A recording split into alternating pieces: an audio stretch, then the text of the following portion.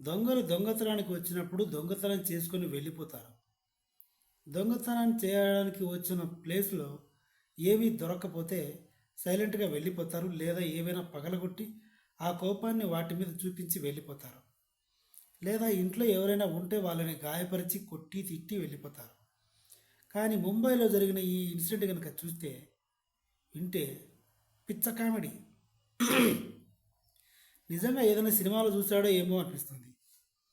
5-6 రోజులు రెక్కి నిర్వహించాడు ఆ ఇంట్లో దొంగతనం చేయడానికి. ఆ ఇంట్లో ఒకే ఒక లేడీ మాత్రమే ఉంటుంది. అప్పుడప్పుడు వాళ్ళ ఆయన వచ్చిపోతూ ఉంటాడు. వాళ్ళ అమ్మా నాన్న అత్తమామ వీళ్ళంతా చాలా రేర్గా వస్తూ ఉంటారు అని గ్రహించాడు. ఓ రోజు శుభముహూర్తంలో దొంగతనానికి ఇంటికి వెళ్ళాడు. ఆవిడొక్కతే ఉంది. బెడ్లో నిద్రపోతున్న ఆమెను లేపాడు. లేపి ఇంట్లోనే ఓ పిల్లర్కి కట్టేశాడు. నేను దొంగతనం చేసుకొని పోతా, నువ్వు అరవద్దు, అరిస్తే పొడుస్తా అని చెప్పాడు.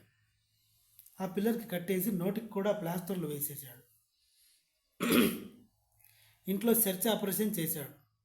₹1 దొరకలేదు. బీరువా పగలగొట్టాడు. 1 గ్రామ్ గోల్డ్ కూడా దొరకలేదు. చాలా ప్రయత్నించాడు. దొంగతనం ఏముంటే తీసుకుందాం అనుకున్నాడు.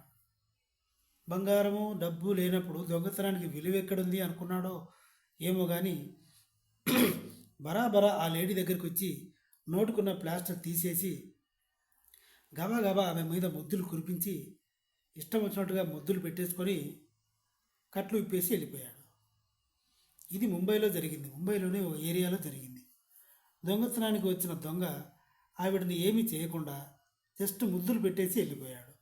ఆవిడ నచ్చిందో లేకుంటే ఈ ముద్దులే దీని బతుక్కి ఎక్కువ అనుకున్నాడో ఏమో తెలియదు, కానీ వినడానికి చూడటానికి చాలా ఫన్నీగా ఉంది. నా ఎక్స్ప్లెనేషన్ కనుక మీకు నచ్చితే తప్పకుండా సబ్స్క్రైబ్ చేయండి. Thank you.